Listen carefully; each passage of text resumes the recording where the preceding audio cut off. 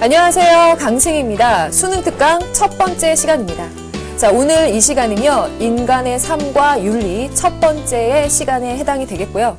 오늘 이 시간에 주요 주제와 출제 경향을 분석하면서 바로 본론으로 들어가 보도록 하죠. 자, 이번 첫 강의의 주요 주제는요, 인간의 특성, 그리고 윤리의 필요성. 이 첫 번째 중요한 주제가 되겠고요. 두 번째 주제는 자아실현, 그리고 인격 완성을 위한 노력이 되겠습니다. 자, 여러분들 이러한 주제에 대해서 지금까지 어떻게 출제가 되어 왔는지 체크해 드릴 테니까요. 잘 한번 들어보세요. 첫 번째 인간의 특성이라는 주제는요. 2010학년도와 2011학년도에 6, 9월 평가원 모의고사에 걸쳐서 실제 수능에 출제되었던 문제입니다. 그러니까 놓칠 수 없는 문제로 여러분들이 꼭 한번 복습을 해 보셔야겠죠? 자, 그 다음에 두 번째 주제는요. 인격 수양과 관련해서 인격 수양론에 관한 유불도의 각각의 방법이 제시됩니다. 이것들은 유불도 사상들의 다양한 사상들과 결합해서 매해 중요한 문제로 출제되고 있으니까 꼭 알아두시고요. 그다음 세 번째 주제는요. 인격 완성을 위한 민주사회의 덕목이라고 하는 것이 여러분들은 가볍게 여길지 모르겠지만 2006학년도에 출제된 바 있습니다. 오늘 이번 시간에 기출문제 한번 풀어보도록 하겠고요. 그리고 마지막으로 윤리의 필요성이나 이 윤리와 법의 차이에 관한 문제들도요. 실제로 수능에 출제가 되었습니다. 여러분들이 첫 시작을 여는 이번 주제를 혹시 가볍게 여긴다면 선생님이 짚어드린 이 사항들을 잘 유념하시면서요. 아, 윤리의 스타트를 가볍게 산뜻하게 시작하기 위해서는 놓치지 말아야 될 주제구나 라는 생각으로 선생님과 같이 시작하도록 하겠습니다. 자, 그러면 짚어볼 것은 다 짚어봤으니까 첫 번째 주요 주제로 들어가 보도록 할까요? 자, 이번 시간의 주요 주제는요. 첫 번째로 인간의 특성과 윤리의 필요성이라고 했죠. 자, 그러면 이 이야기를 풀어가 보도록 하겠습니다. 자, 첫 번째 선생님이 윤리에 관해서 얘기를 해보도록 하죠. 여러분과 저는 윤리라는 과목을 통해서 만나게 됐으니까 이 이야기를 첫 번째로 풀어가도록 하겠습니다. 자, 여기에서의 윤자는요. 둥글다, 조리를 세우다, 다스리다 라는 뜻의 윤자를 쓰게 되고요. 여기에 사람 인자가 붙게 되죠. 그리고 다스리다 라는 의미의 리자가 붙어서 윤리라고 읽히게 됩니다. 자, 그러면요. 우리가 이 의미를 한번 생각해 보면 이렇게 되겠죠. 사람의 무리를 둥글게 다스릴 수 있는 이치와 이법을 우리가 윤리라고 말하면 되겠죠. 그래서 우리가 배우는 윤리라는 과목이 이러한 의미를 갖고 있습니다. 자, 이 이야기를 한 이유가 있어요. 자, 이러한 윤리의 주체는 그야말로 사람일 텐데요. 이러한 사람, 인간의 특성이 무엇인지 우리가 첫 번째 주제로서 중요하게 다뤄봐야 하기 때문입니다. 인간의 특성은 어떤 것들이 있을까요? 자, 인간이라고 하는 의미를요, 사전적으로 찾아보면은 언어를 사용하고 사고할 줄 알며 사회를 이루어 살아가는 지구상의 고등동물이라고 나와 있습니다. 여기에서 인간의 특성 중에 가장 중요한 첫 번째가 나오게 되는데요. 그 첫 번째 특성이 바로 사회적 존재라는 점입니다. 인간은 무리를 지어 살아가죠. 상호작용을 통해서 서로 도움을 주고 받으며 살아갈 수밖에 없는 존재입니다. 그것이 바로 사회적 존재로서의 인간의 특성, 첫 번째 정리를 해봤습니다. 선생님이 아까 말씀드렸던 인간의 의미를 한번 생각해 보시면요. 또 이런 점이 나왔죠. 언어를 사용한다는 점. 언어나 문자와 같은 상징 체계를 통해서요. 인간들이 만들어낸 생활 양식의 총체들, 다양한 사상, 문화, 예술, 도구들 이러한 것들을 계승하고 창조하며 살아갑니다. 이러한 특성을 뭐라고 정리할 수 있을까요? 바로 문화적 존재라는 점이죠. 인간의 특성 두 가지가 정리됐습니다. 그러면 세 번째 특성으로 가보도록 하겠습니다. 자, 여러분들 월화수목 금금금 상상해 본 적 있으세요? 굉장히 따분하고 힘들겠죠. 인간들은요, 일상생활 속에서의 피로를 풀고 거기에서 새로운 에너지를 찾아서 힘을 원동력으로 삼아서 힘을 내서 살아갈 수 있는 그런 유희를 의식적으로 즐길 수 있는 존재입니다. 그래서 우리가 유희적 존재라고 정의를 하면 되겠죠. 과거에는 이런 유희라는 의미를 부정적으로 평가하는 경향이 있었으나 지금 선생님이 말하는 의미처럼 오히려 인간들의 삶에 그 힘을 줄 수 있는 긍정적인 의미로 재해석하게 됩니다. 유희적 존재의 정리가 됐고요. 그 다음 네 번째 의미로 가보도록 하겠습니다. 여러분들 자연 속에서 그냥 적응하며 살아가는 동물들과 인간들을 비교해 본다면요. 그 신체적 능력만으로는 어떻게 보면 인간들이 동물보다 조금 더 열악한 조건들을 가지고 있는지도 몰라요. 그래서 인간들이 갖고 있는 그런 신체적인 결함이나 약점들을 보완하기 위해서 끊임없이 도구를 만들며 살아가죠. 이 도구에는 유형의 도구와 무형의 도구가 있다라는 거 알고 있을 겁니다. 이렇게 해서 인간의 특성으로 도구적 존재라는 점이 정리가 됐습니다. 자, 그럼 5번째 특성으로 가보겠습니다. 굉장히 중요한 특성 중에 하나인데요. 인간을 특징짓는 중요한 요소이기 때문입니다. 무엇인가 하니 인간은 정신적이고 윤리적인 존재라는 점입니다. 자, 예를 들어서 우리 집에서 강아지를 키워요. 강아지는 똥오줌을 가려요. 어떻게 신문지를 깔아놓고 그 강아지만의 화장실을 주인이 가르쳐주죠. 다른 데다가 소변을 보게 되면 혼내면서 화장실을 구분해서 볼일을 볼 수 있게끔 가르칩니다. 그렇다면 그때 그 강아지는요, 그러한 습관이 들어서이지 내가 다른 곳에 볼일을 보면 주인에게 해를 끼친다거나 피해를 줄 수도 있다. 혹은 다른 곳에 볼일을 보는 것은 창피하다라는 생각 때문에 아마 그러지는 않을 거라는 거예요. 하지만 인간은 그렇지 않죠. 나의 행동이 타인에게 피해를 줄 수도 있을 거야. 잘못된 행동은 수치스러워 등등의 정신적이고 윤리적인 자기 반성을 할 수 있는 존재라는 점입니다. 그래서 정신적이고 윤리적인 존재라는 점은 인간의 특성을 논할 때 굉장히 중요한 요소 중에 하나죠. 자, 그렇다면 이런 5가지의 요소들을 총 마무리 지을 수 있는 6번째 특성을 얘기해 보도록 할게요. 이 6번째 특성은 인간은 열려있는 존재라는 점입니다.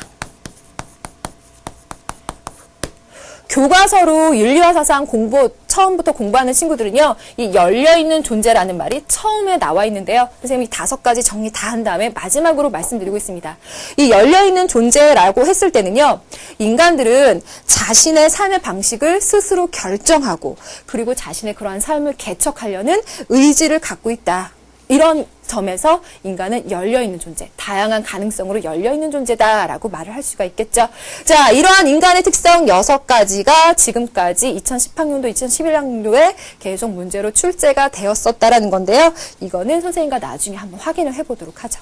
자, 윤리가 뭔지, 그러한 인간의 특성이 뭔지까지 알아봤습니다. 그럼 이러한 특성을 가지고 있는 인간은 왜 윤리를 배워야만 하는가? 여기에 대해서 정리를 해보죠. 윤리의 필요성이라고 정리하면 되겠죠? 윤리의 필요성이라고 하면 여러분들이 여러 가지를 생각할 수 있겠지만 선생님은 여기에서 크게 2가지의 부류로 정리를 한번 해보도록 하겠습니다. 자, 그 첫 번째는 뭐냐면요. 인간은 이중성을 가진 존재이기 때문입니다. 인간은요, 전적으로 선하지도 않고 전적으로 악하지도 않아요. 선과 악의 가능성을 어느 정도 다 가지고 있다는 거죠.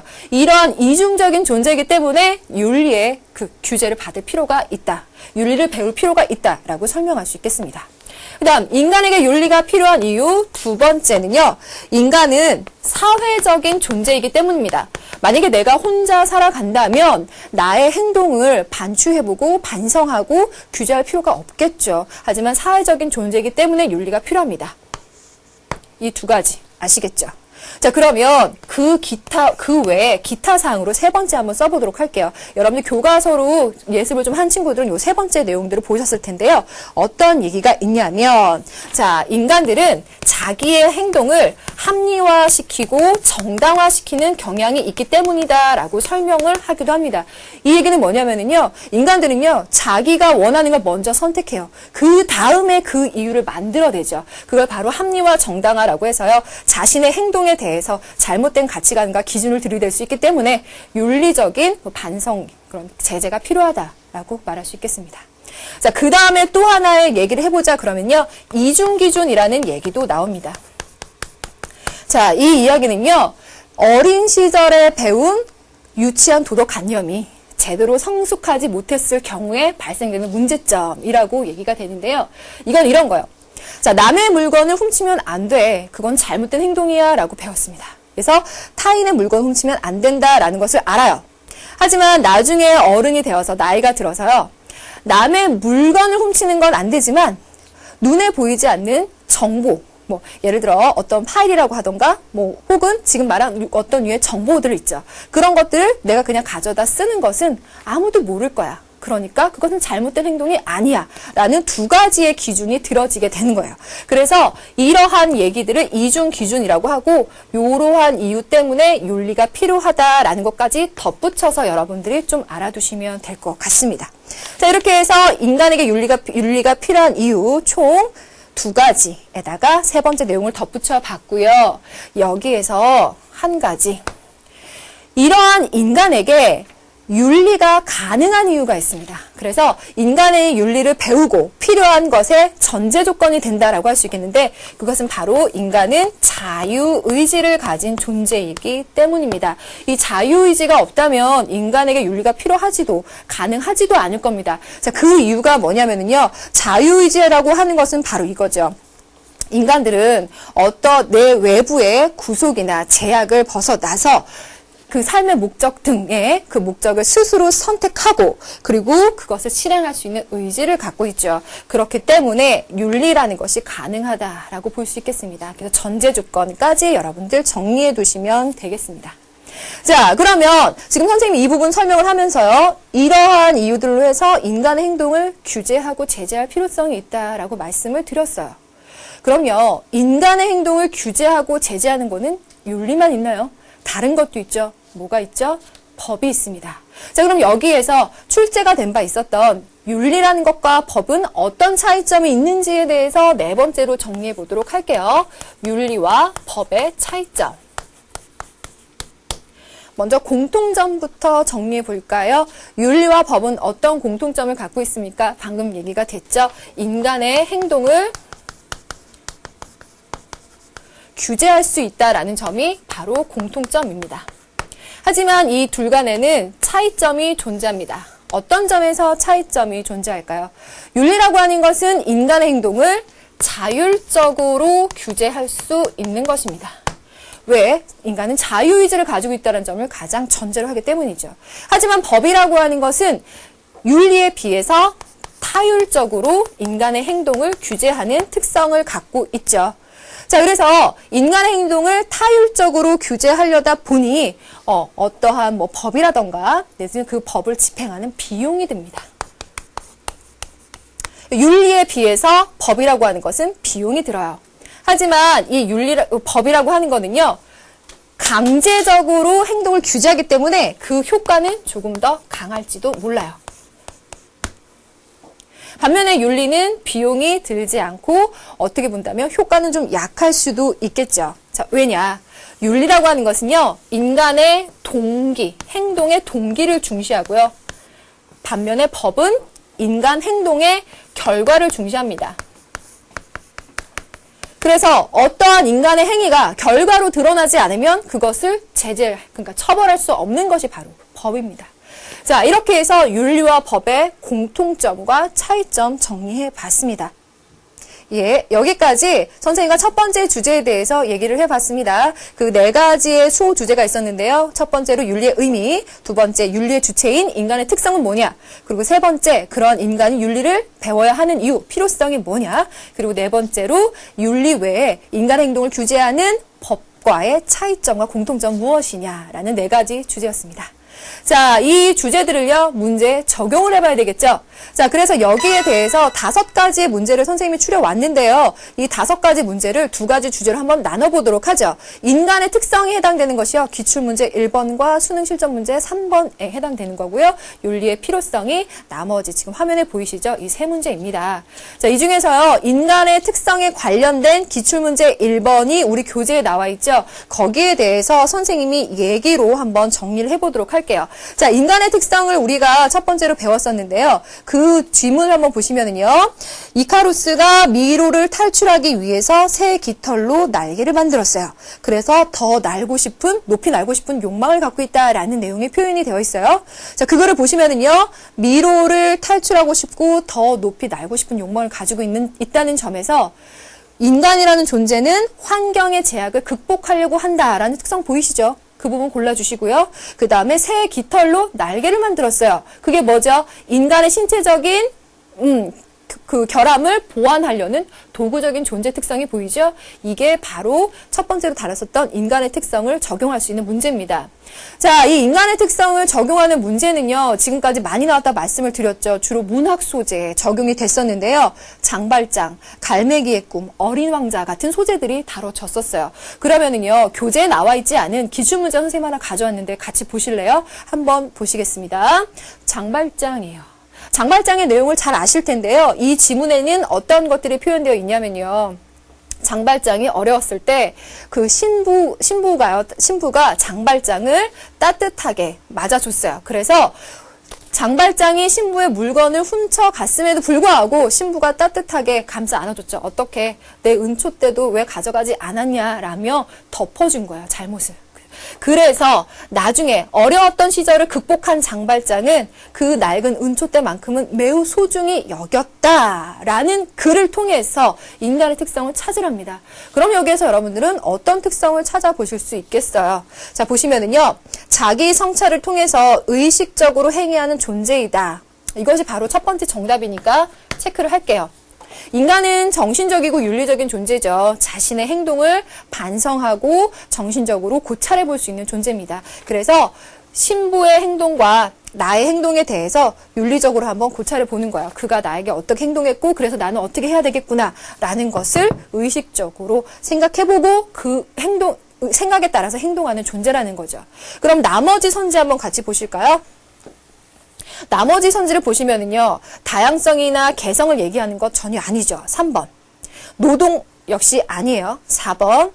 도구를 만드는 도구적 존재라는 점 여기에서 나타나지 않아요. 5번도 마찬가지입니다. 심미적 가치를 추구하는 존재다. 전혀 상관성이 없죠. 이렇게 인간의 특성이 지금까지 문제 출제되어 왔다라는 점 확인을 한번 해봤습니다. 자, 여기서 알 수 있는 거는요, 윤리, 사회탐구 무조건 외워서 되느냐? 아닙니다. 이해를 해서 적용하는 것들이 중요하니까요. 여러분 무턱대고 외우려고 하는 그런 것보다는 이해를 먼저 꼭 하시기 바래요. 자, 그러면 두 번째 문제 적용을 해보도록 할게요. 수능 실전 문제 3번입니다. 화면 한번 같이 보실까요? 자, 문제상에서 다음 글에서 추론할 수 있는 인간의 특성을 가장 적절하게 표현한 것은 이라고 설명하고 있습니다. 자, 인간의 특성이라고 하는 점을 여기서 찾아내라고 하는 건데요. 지문이 좀 딱딱한 편이에요. 여러분들이 잘 분석을 해보면서 읽어보시면요. 이런 거예요. 인간이라고 하는 존재를 설명할 때 생명의 한 새로운 단계가 쭉쭉쭉 하는 말도 아니고, 그리고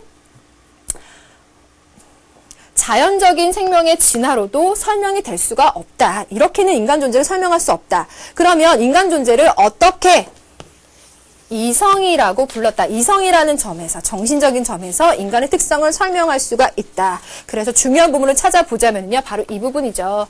이 부분부터 인간의 특성을 설명할 수 있는 점이라고 볼 수 있겠어요. 그러면 지금 말한 것처럼 이성을 가지고 있다라는 점, 직관, 사랑, 후회 쭉쭉쭉 이러한 내용들과 관련한 인간의 특성을 얘기를 해봐라. 그러면 무리를 지어서 생활한다. 어떻습니까? 인간이 단순히 무리를 지어 생활한다는 것과 정신적인 존재라는 점은 관련성이 없어요. 그리고 무리를 지어 생활한다라고 하는 점은 동물과의 어떤 큰 차이점이 없기도 하지요. 1번은 빼주시고 2번. 본능적으로 환경에 순응한다. 전혀 아니고요. 오히려 이러한 존재는 동물들이겠죠. 이것도 떼주셔야 돼요. 3번.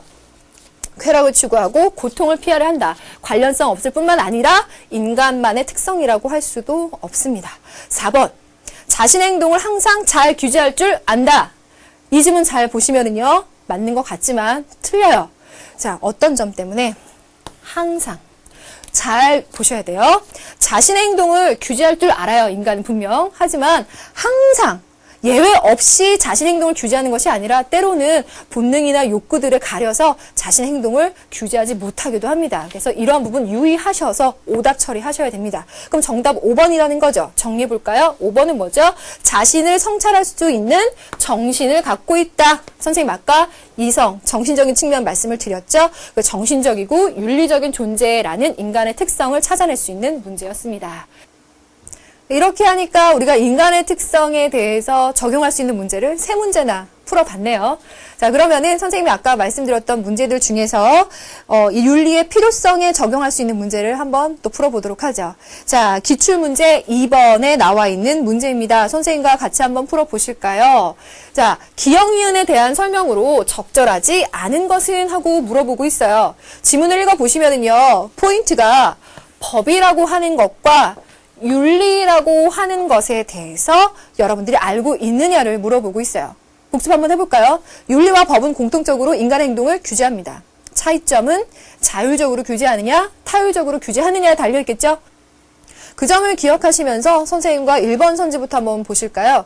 1번, 공권력을 통해 스팸 메일 발송자를 제재하는 것이다. 인간의 행동을 제재하되 공권력이라고 하는 타율적인 방법으로 제재한다. 그러면 법의 특성과 맞아 들어가죠. 1번은 맞는 설명이 되겠습니다. 그럼 2번 설명으로 들어가 볼까요? 스팸 메일 발송의 의지가 행위로 드러나지 않으면 책임을 물을 수 없다. 책임을 묻는다라고 하는 것이 그것이 만약에 범법 행위면 처벌하겠다라는 거예요. 그 처벌하는 기준은 뭐냐? 행위로 드러나지 않으면, 다시 말하면 그 행위의 결과가 드러나지 않으면 처벌할 수 없다라는 거죠. 인간 행위의 결과를 중시하는 것은 법이었고 반면에 윤리는 동기를 중시하는 거였죠. 그러면 2번 선지도 맞는 설명이겠네요. 자, 그럼 3번 넘어가 볼까요? 스팸 메일 발송이 옳은 것인지에 대한 판단 기준을 제시해 준다. 그래서 인간 행위의 결과로 나타나고 그것이 범법 행위일 경우 처벌하느냐 마느냐의 문제가 아니라 그 이전에 내 행위의 동기를 결정지을 수 있는 가치 판단의 기준을 만들어주는 것이 바로 윤리에 해당되는 것. 맞는 설명이에요. 그러면 4번 가볼까요? 스팸 메일 발송에 대해 자기 합리화를 하려는 욕구를 억제할 수 있게 한다. 그래서 이것도 역시나 인간의 행동을 규제를 하는데 그걸 어떻게 규제를 하느냐. 자기 합리화하려는 욕구를. 그래서 인간에게 윤리가 필요한 이유에 대해서 선생님 아까 설명드렸던 거 떠올려 보세요. 인간은 자기 합리화를 하고 정당화를 하는 존재이기 때문에 윤리라는 것을 배워야 한다. 말씀드렸죠? 그러니까 그런 윤리의 필요성과 더불어 윤리의 특성에 적용시켜서 문제를 만들 수 있다는 거예요. 그래서 여러분들이 전반적인 이해를 하라는 거죠. 그럼 4번까지 지금 다 맞는 설명이에요. 적절하지 않은 것은 그러면 정답은 5번이라는 건데 한번 체크해 보죠. 사람들이 스팸 메일 발송을 자제할 수 있는 능력이 없다는 것을 전제하고 있다. 역시나 인간 행동을 규제하고 자제시키겠다는 건데 그 자제라는 거야. 그야말로 자제. 어떻게? 스스로 자유의지로 자율성을 발휘하여 자신의 행동을 규제하는 것이 바로 윤리죠. 그런데 그럴 능력이 없다라고 말하면 윤리를 설명하는 것으로서 틀린 선지죠. 그래서 옳지 않은 것은 5번. 맞죠? 이거 어떻게 잡아야 되는지까지 설명을 드려봤어요. 이렇게 해서 기출문제 2번 해결을 해봤고요. 자, 이번에는 수능 실전 문제 2번 보도록 하겠습니다. 먼저 발문 함께 읽어볼까요? 가의 입장에서 A와 같은 조치에 대한 반대 입장을 제시한다고 할 때 그 논거로 가장 적절한 것은 그럼 가의 입장이 무엇인지 봐야 되겠죠? 윤리적인 사람이 많을수록 그 사회는 더욱 질서가 확립되고 인간미 넘치는 사회가 될 수 있을 것이다. 자율성이 강조되어 개인의 자유도 확장될 것이다. 질서 확립될 뿐만 아니라 인간미도 있고 개인의 자율성이 보장될 수 있는 것이 윤리다라고 하는 윤리를 옹호하고 있는 입장입니다. 반면에 A는요. 타인이 위급한 상황에 처했을 때 자신에게 해가 되지 않는 범위에서 위급한 상황에 처한 사람을 구해 주어야 함에도 그렇게 하지 않을 경우에는 법에 따라서 처벌한다라고 하고 있는 착한 사마리안법에 관련된 얘기인데요. 이 도덕적으로 윤리적으로 판단하고 행동해야 하는 범위에 대해서 법이라는 잣대를 들이대서 그것을 도구로 해서 그 행동을 제재할 수 있는 방안을 제시한 게 A의 경우인 거죠. 그랬을 때 윤리를 강조하는 입장에서 법과 같은 방법을 강조하는 입장에게 비판, 반대할 때 가장 적절한 것은 1번. 윤리와 달리 법은 인간의 자유의지를 고려하지 않는다라고 잘라서 말할 수 없는 부분이요. 법이라고 하더라도 인간의 자유의지가 잘 발휘되지 않은 상황에서는 그 상황을 고려해서 적용시켜 주기도 하죠. 그래서 이렇게 확대 해석해서 잘라 말할 수 없습니다. 2번, 법과 달리 윤리는 결과를 중심으로 행위를 평가한다. 틀렸죠? 그 윤리라는 것은 오히려 동기를 더 강조하는 입장에 들어가고요. 법이라고 하는 것이 오히려 더 범법 행위라는 결과를 가져오지 않았다면 처벌할 수 없는 특징을 갖고 있습니다. 세 번째, 윤리는 법보다 사회 질서 유지의 효과는 크지만 비용이 많이 든다. 이 중에서 보게 되면요. 사회 질서 유지의 효과가 오히려 더 큰 거는 윤리보다 법이 강제적인 집행력을 갖고 있기 때문에 더 클 수도 있어요. 또 비용이 많이 드는 것도 그 법을 집행하는 과정에서 비용이 윤리보다는 더 많이 들 수도 있습니다. 그래서 가가 A에게 하는 비판적인 반대 입장으로는 적절하지가 않죠. 그럼 4번으로 넘어갑니다. 법보다는 윤리를 따를 경우 상황에 따라 융통성 있게 대처할 수 있다. 이 윤리가 융통성이 있기 때문에 그렇지 않은 A에 대해서 비판하고 있는 것인가? 전혀 맥락이 맞지 않고요. 5번, 도덕적인 의무를 법으로 강제를 한다면 지금 이 상황에서처럼 인간의 자율성을 침해하는 잘못을 범하게 된다. 이 지문 자체가 강조하고 있는 자율성과 자유로 강조하는 5번의 입장이 가장 적절한 것이라고 볼 수 있겠네요. 수능 실전 문제 8번 보시면은요. 발문 이렇습니다. 표는 어떤 윤리적 주장과 그 근거를 제시하는 것이다. 기억에 들어갈 말로 가장 적절한 것은 이런 형태의 문제 나올 수 있죠. 자, 인간은 어떠한 것이다 라고 얘기를 할 텐데 그 근거로 뭐라고 말하고 있는지 한번 볼까요? 가문을 보면 본능에 따라서 기계적 혹은 반사적으로 움직이는 것은 짐승이에요. 반면에 인간이라고 하는 존재는 의식적으로 행동하기 때문에 의도적으로 남을 해칠 수도 있다. 이 점에서 보면 인간은 이중성의 존재다라는 점 알 수 있겠나요? 그래서 인간은 전적으로 선하지도 않고 전적으로 악하지도 않거든요. 그렇기 때문에 마음을 잘못 먹는다면 남에게 의도적으로 피해를 줄 수도 있고요. 또 선한 면도 있기 때문에 또 의도적으로 선한 행위를 할 수도 있는 거예요. 인간의 이중성을 알 수 있는 지문 중에 하나였고요. 또 자유의지. 어떤 점에서 의도적으로 내가 작정하고 내 의지에 의해서 라는 점도 여러분들이 두 가지 다 복습해 볼 수 있는 그런 지문입니다. 나번 지문, 구체적인 인간은 전적으로 선하거나 악하지 않다. 바로 이 이중성을 직접적으로 설명해 줄 수 있는 부분입니다. 그래서 인간은 노력하면 보다 선해질 수도 있다. 가능성 있는 존재다. 다번 지문, 다른 사람들과 원만한 관계를 이루어야만 그 속에서 자신의 능력을 쭉쭉쭉쭉. 무슨 얘기? 인간이라고 하는 것은 사회적인 존재이기 때문에. 그럼 어때요? 가나 다를 통해서 여러분들이 가 지문에서는 이중성보다는 자유의지라는 점을 더 강력하게 힌트를 얻으셨다면 자유의지, 이중성, 사회성 다 보면 어떻습니까? 인간에게 윤리가 필요한 이유 아니에요? 그렇죠? 그러면 선지를 한번 볼게요. 1번 선지, 주어진 본성에 따라 행동한다? 주어진 본성에 따라 행동하는 건 짐승이라고 말하고 있어요. 그것과는 달리 인간은 이라고 말하고 있기 때문에 당연히 틀렸죠. 2번 선지. 다른 사람들과 독립하여 홀로 존재할 수 있다. 당연히 틀렸죠. 왜? 다번 지문에서 사회적인 인간의 특성을 설명하고 있으니까 또 틀렸습니다. 3번 선지. 고통에서 벗어나기 위해 초월적 존재를 추구한다. 인간들이 이럴 수도 있지만 이것은 가나다에서 얘기하는 것과는 달리 인간의 어떤 종교적인 측면을 얘기하고 있는 거 아닐까요? 지문과는 직접적 연관성이 없으면 빼셔야 돼요. 3번 빼고 4번 갑니다. 도구를 만들어 신체적인 불리함을 극복하려 한다. 인간이 도구적인 존재이긴 하나 가나다 지문과는 직접적 연관성 없습니다. 또 빼야 되겠죠. 5번 선지 가겠습니다. 윤리적인 삶을 영위할 수 있으며 그래야 한다. 그래서 인간은 윤리적인 존재고 윤리가 필요한 존재다라고 하는 점을 5번에서 정리해주고 있습니다. 자, 그래서 이런 문제는 조금 전에 말씀드렸듯이 5번 선지까지 여러분들이 정성 들여서 끝까지 집중력을 갖고 잘 풀어보셔야 또 득점하실 수 있는 문제입니다. 자, 여기까지 문제를 풀어봤어요. 첫 번째 주제와 첫 번째 문제 적용 이렇게 해서 5문제까지 풀어봤고요. 그럼 이제 두 번째 주제로 들어가 보도록 하겠습니다.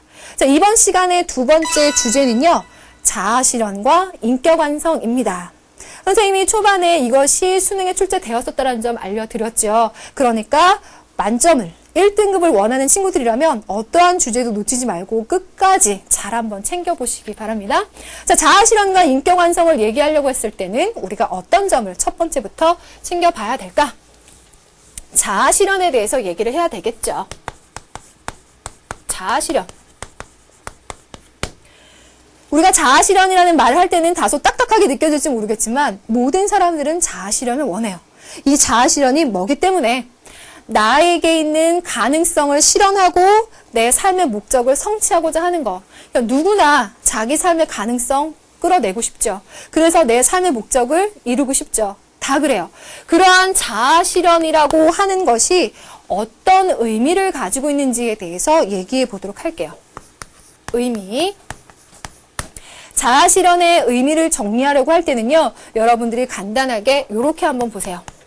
전통적인 시각에서 바라본 자아실현과 현대적인 의미에서 바라본 자아실현은 차이점이 있습니다. 그 차이점이 무엇인고 알아보려고 하니 전통적 시각에서는 서양과 동양의 각각의 어떤 지문들을 가져올 수 있겠는데요. 여러분이 만약에 바로 문제 적용하고 싶다 그러면 아리스토텔레스의 얘기 같은 걸 기억해 보시면 돼요. 이런 지문들 있죠. 도토리는 참나무가 될 수 있는 가능태요. 가능성. 그래서 도토리라고 하는 것은 참나무가 될 수 있는 가능성이 있지만 도토리가 사과나무가 된다거나 다른 꽃이 될 수는 없어요. 그래서 도토리가 가지고 있는 가능성, 가능태가 바로 서양에서 얘기하는 전통적 의미의 자아실현입니다. 그럼 또 동양에서 말하는, 특히 성리학에서 말하는 인간의 자아실현이라고 한다면 어떤 게 있을까? 인간이라고 하는 것은 하늘에서 천부적으로 기질을 줬는데 그 기질, 다른 기질을 줘서 다른 사물들과는 다른, 치우친 기를 갖고 있는 사물들과는 다른 특성을 가지고 있다. 그리고 또 그런 기질을 가진 인간들 중에서도 또 어떠한 기질을 가지고 있는지가 또 나뉘어지게 된다라고 하는 지문들이 제시가 돼요. 성리학이요. 그래서 이 서양의 특성과 동양의 특성, 지금 말씀드린 그런 지문들을 토대로 해서 이것까지 다 외우지는 말고요. 토대로 해서 공통점을 찾아보면 어떤 것을 찾을 수 있냐면요. 바로 이거예요. 인간의 가능성이라고 하는 것은요, 결정되어 있다라는 시각이 좀 강해요. 현대에 비해서. 결정적이다라고 말할 때는 선천적으로 어느 정도의 가능성을 타고난다라고도 말을 할 수가 있고요. 그런 의미에서 운명적인 시각을 갖고 있어요. 내가 타고난 결정적이고 선천적인 가능성을 꽃피우는 것이지 그 이외의 것이 되진 않아요. 도토리는 참나무가 되는 거지 사과가 되진 않는다는 거예요. 그쵸? 사과나무가 되진 않으니까 운명론적인 시각을 가지고 있다라고도 말할 수 있고요. 그런 의미에서는 현대적인 시각에 비한다면 소극적인 의미에서 자아실현을 해석한다라고도 말할 수 있겠습니다. 이러한 내용들은 여러분들이 이해의 차원에서 정리해 두시면 되겠고요. 이런 것들은 꼭 이러한 표현으로 여러분들 외우지 않아도 지금 말씀드린 대로 이해를 해두시면 돼요. 그러면 이러한 전통적인 시각과는 달리 현대적인 의미에서의 자아실현은 뭐냐? 조금 더 적극적으로 자신의 운명을 개척하는 것을 자아실현이라고 보는 것이 바로 현대적인 의미에서의 자아실현이라고 볼 수 있죠. 그래서 주어진 조건에 적응을 해야죠. 받아들이고 그것을 적응하는 것을 바탕으로 해서 나의 가능성을 좀 더 적극적으로 찾아내서 실현시키는 것을 현대적인 의미에서는 자아실현이라고 본다라고 말할 수 있겠어요. 그래서 결정론적인 시각이 어느 정도 깔려는 있지만 조금 더 창의성을 발휘해서 좀 더 적극적으로 자아실현을 하려고 한다라고 정리하시면 되겠습니다. 예를 들어서 어떤 유명한 수영선수가 있어요. 그런데 그 수영선수는 자기가 태어날 때부터 수영을 잘할 수 있는 가능성이나 기질을 가지고 있는 것이 아니라 전혀 그렇지 않은데 나의 약점을 보완하려다 보니 수영을 잘하게 됐어요. 나한테 없던 점을 찾아내서 어떤 점을 만들어내서 더 장점으로 부각시킬 수 있는 적극적이고 창의적인 자세가 좀 더 현대적인 의미에서의 자아실현에 맞는다는 거죠. 자, 이렇게 해서 자아실현의 의미 정리를 해봤고요. 이러한 자아실현을 위해서 필요한 조건이 있어요.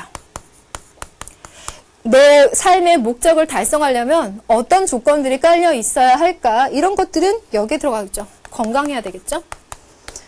절제할 수 있어야 되고, 창의적인 면을 발휘를 해야 되겠죠. 그리고 사회 정의, 그리고 그 사회에 평화가 보장되어 있지 않다면 나의 자아실현이라고 하는 것은 굉장히 어려울 거예요. 이런 것들이 자아실현의 조건이다라고 정리할 수 있겠습니다. 여기에서요, 여러분들 조금 생각해 볼 만한 점은 절제라는 주제입니다. 자, 절제라는 걸 얘기할 때요, 이런 것도 있죠. 빈, 불인, 불인, 빈. 사람이 아니면 참지 못하고 참지 못하면 사람이 아니야. 그래서 인간에게 있어서 이런 절제라는 거, 인내라는 것은 굉장히 중요한 점 중에도 하나이고, 그리고 이런 절제 생각하실 때 욕구나 욕망을 절제한다라고 여러분들이 해석하시겠죠. 그런 측면에서 아리스토텔레스 한번 잠깐 얘기해 볼게요. 아리스토텔레스는 모든 존재들은 목적을 갖고 있다. 그러면 인간의 삶의 목적은 무엇이냐? 모든 인간은 행복해지려 한다. 그러면 어떻게 하면 행복해질 수 있느냐?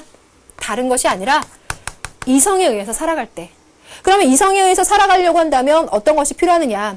나에게 있는 욕구와 욕망 등을 절제하려고 하는 의지를 발휘해서 그것을 습관화시키는 덕이 필요하다라고 말하고 있습니다. 이것은 물론 서양윤리에서 당연히 또 나와요. 굉장히 중요한 주제로 다루게 될 텐데 이렇게 살짝 선생님이 설명 한번 드려봤습니다. 자, 자아실현의 의미와 조건까지 설명드렸고요. 그 다음에는 이제 인격이라는 두 번째 주제로 가보도록 할게요.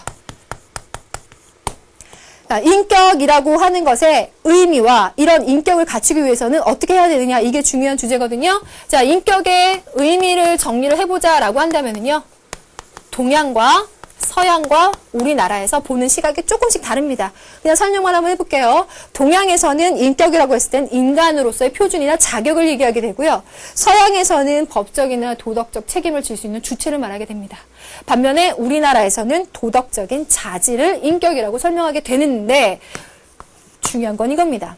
인격을 갖추기 위해서는 어떠한 노력을 해야 되느냐, 인격을 갖출 수 있는 방법에 대해서 얘기를 해야 되겠죠.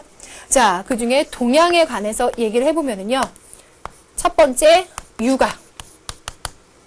육아에서 여러분들 맹자가 강조한 인의예지라는 네 가지의 덕목이 있습니다. 여기에다가 한대의 동중서라는 인물이 신이라는 것을 보태요. 그렇게 해서 5가지 인간이 항상 갖춰야 될 덕목으로 얘기하는 것을 오상이라고 얘기합니다. 이 오상을 육아에서는 인격을 갖추기 위해서 필요한 조건, 방법으로 얘기를 하고요. 그 다음 불가에서는 어떤 것을 강조하느냐, 양극단으로 치우치지 않으려는 중도의 덕과, 또 하나 팔정도, 바른 견해, 그리고 바른 말, 바른 행동 등등 해서 8가지의 바른 방법을 수양하려는 것을 바로 불가의 팔정도라고 표현합니다. 자, 이런 내용들은요, 동양사상 다음번에 들어갈 때 바로 나올 거예요. 자, 그 다음 도가에서는 인위적이지 않은 자연스러운 무위의 덕, 그리고 욕구와 욕망을 절제하는 무욕의 덕을 인격 완성을 위한 방법으로 제시합니다. 그리고 마지막으로 뭐 얘기할까요? 우리나라. 우리나라에서는 인격 완성을 위해서 무엇을 얘기해야 되느냐? 경천해인, 홍익인간, 오상, 무위, 무욕, 구용 등을 얘기합니다. 이 중에서 구용이라고 하는 거 교과서에 잠깐 나오는데요. 구용은 9가지 행동 거지를 얘기하는 것들이죠. 일상생활 속에서 우리 조상들이 그만큼 인격 완성을 위해서 하나하나의 행동 가지를 조심했다. 그래서 9가지로 표현했다라고 하는 것을 정리 한번 해두시면 되겠습니다. 자, 그리고 마지막으로 민주사회에서는 어떠한 덕목을 인격 완성을 위해 중시했는가? 이게 기출문제였잖아요. 그래서 여기다 뽑아봤습니다. 여기에는 무엇이 있는가? 인권 존중, 공정성, 준법정신, 책임감, 정직성, 이런 것들이 바로 민주사회 덕목이라고 볼 수 있고, 요것에 관해서 우리가 한번 기출문제를 풀어보도록 할게요. 자, 그러면 여기에서 문제를 풀어보는데요. 자, 필수, 여러분들 그 수능 실전 문제 1번을 통해서 내용 한번 정리해 볼게요. 자, 보실게요. 다음 글에 언급된 문제를 극복하기 위해 요구되는 자세를 보기에서 고른 것은 하고 여러분들이 쭉 읽어보시면은요. 자, 어느 날 오후 후세인 교수, 이 사람이 받고 있는 그 부당한 행동에 대해서 문제로 지문을 만든 것입니다. 그러면 여기에 관해서 어떤 자세를 우리가 요구를 해야 되겠는가? 기억 보세요. 자신이 맡은 업무를 성실히 수행한다라고 하는 것은 뭐에 해당이 되겠어요? 책임감에 해당이 되겠죠. 방금 말씀드린 민주사회 덕목 중에서. 그러니까 여기에는 해당이 되지 않을 거예요. 기억 빼주시고요. 그 다음 니은을 한번 같이 보실까요? 니은을 보시면 자연의 순리에 따르고 물욕을 절제한다라고 하는 거는요. 순척 자연의 순리에 따르고 물욕을 절제한다 라는 의미에서 절물이라고 표현할 수 있겠는데요. 니은 역시 해당되지 않습니다. 디귿 보실까요? 객관적이고 중립적인 입장에서 판단하고 행동한다 라고 말하는 것이 객관성과 중립적인 입장에서 어떤 인종의 차별이나 뭐 자신만의 입장에서 행동하려고 판단하고 행동하려고 하는 것을 자제시킬 수 있는 정답이 될 수 있겠죠? 리을로 가보겠습니다. 다른 사람의 권리를 자신의 것 못지않게 존중하는 인권 존중의 자세 역시도 이 후세인 교수가 갖고 있는 그 행동에 대해서 제시할 수 있는 그 반대 사람에 대해서 요구할 수 있는 자세라고 볼 수 있겠죠? 그래서 마지막에 나와 있는 디귿과 리을을 여러분들이 선택하시면 되겠습니다. 자, 그러면 오늘 마지막 문제를 풀어보도록 할 텐데요. 여러분들 필수 자료 이번에 보시면 인격에 관해서 정리가 되어 있어요. 그 인격에 대해서 여러분들 꼭 한번 읽어보시고 거기에 대해 선생님이 요지만 뽑아서 강조를 드리면 이런 내용들이 있어요. 인격이라고 하는 것은 대체 뭐냐? 선생님 아까 내용 정리해드릴 때는 동양, 서양, 우리나라에서 인격의 의미를 뭐라고 정리하냐를 말씀드렸는데 이 인격이라고 하는 것은 특정 능력이나 사물이나 측정될 수 있는 대상이 아니다. 고로 과학이나 심리학의 영역도 아니다라고 얘기하고 있어요. 그러한 인격은 초의식적이고 초공간, 초시간, 초인과적인 것이다 라는 설명이 나와 있습니다. 그러한 점에서 인격을 봤을 때 우리가 인격이라고 하는 것을 어떻게 해석해야 될까를 적용시킬 수 있는 문제가 있습니다. 선생님이 오늘 마련한 마지막 문제예요. 2010학년도 평가원 기출문제를 보실게요. 기억에 대한 설명으로 가장 적절한 것은 하고 말하고 있는데요. 지문을 읽어보면 약간 어려울지 모르지만 어렵게 생각하지 말고 잘 보세요. 생명의 가치를 생명에 가진 존재와 상응관계를 읽고요. 쾌락적인 가치는 감각을 가진 존재와 상응관계. 그러면 윤리적 가치는 무엇을 가진 존재와 상응관계를 읽으면서 전제를 할까요? 그게 바로 인격이겠죠. 그래서 이 인격이라고 하는 것의 의미를 여러분들이 알고 있느냐를 물어보고 있어요. 그래서 인격은요. 이성적 본성을 가진 개별 실체로 정의되는데 그 무엇으로서 대치될 수 없는 자율성을 의미한다. 자, 인격 1번. 자율적으로 책임질 수 있는 주체성이다 라고 인격을 정리할 수 있나요? 맞죠. 이 내용과도 분명히 상응관계를 이루고 있고요. 인격을 설명할 수 있는 정답이 되겠습니다. 그러면요. 2, 3, 4, 5번 빠르게 한번 보면서 왜 오답인지 한번 볼게요. 자, 2번. 목적 달성을 위한 도구를 인격이라고 설명할 수 있느냐? 안 된다는 겁니다. 3번.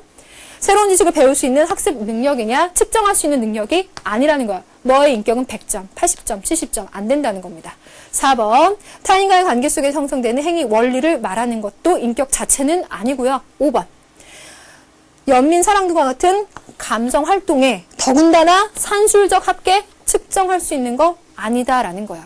그래서 인격이라고 하는 것이 어떤 의미인지 우리가 굉장히 소홀하게 넘어갈 수 있잖아요. 그런데 평가원에서 출제했었다는 거예요. 그래서 선생님이 마지막으로 한번 제시를 해봤습니다. 자, 이렇게 해서 우리가 오늘 두 가지 주제에다가 소주제들 기억나시죠? 그리고 문제 적용까지 했어요. 요것들 잘 한번 정리를 해보시고요. 선생님이 오늘 1시간을 마무리하면서 이 내용들 중에 하나를 한번 찝어서 한번 질문해 받을 테니까 대답이 되는지 안 되는지 보면서 한번 체크해 보세요. 자, 인간은요, 자유의지라는 것이 있기 때문에 윤리적인 행동이 가능했습니다. 기본적인 전제 조건이었죠. 그런데요, 이러한 인간들이 이중 기준을 갖고 있거나 자기 행동을 합리화하거나 정당화시키기 때문에 윤리가 필요하기도 했었죠. 그 외에 인간에게 윤리가 필요한 이유 두 가지를 꼽으라면 뭘 대답하시겠어요? 자, 이 질문에 여러분들 한번 답해보면서 오늘 이 시간 복습해 보시기 바랍니다. 자, 여러분들 오늘 첫 번째 시간 마무리 잘 지으시고요. 다음 시간에도 같이 만나서 1등급으로 함께 가도록 하겠습니다. 여러분들 고맙습니다.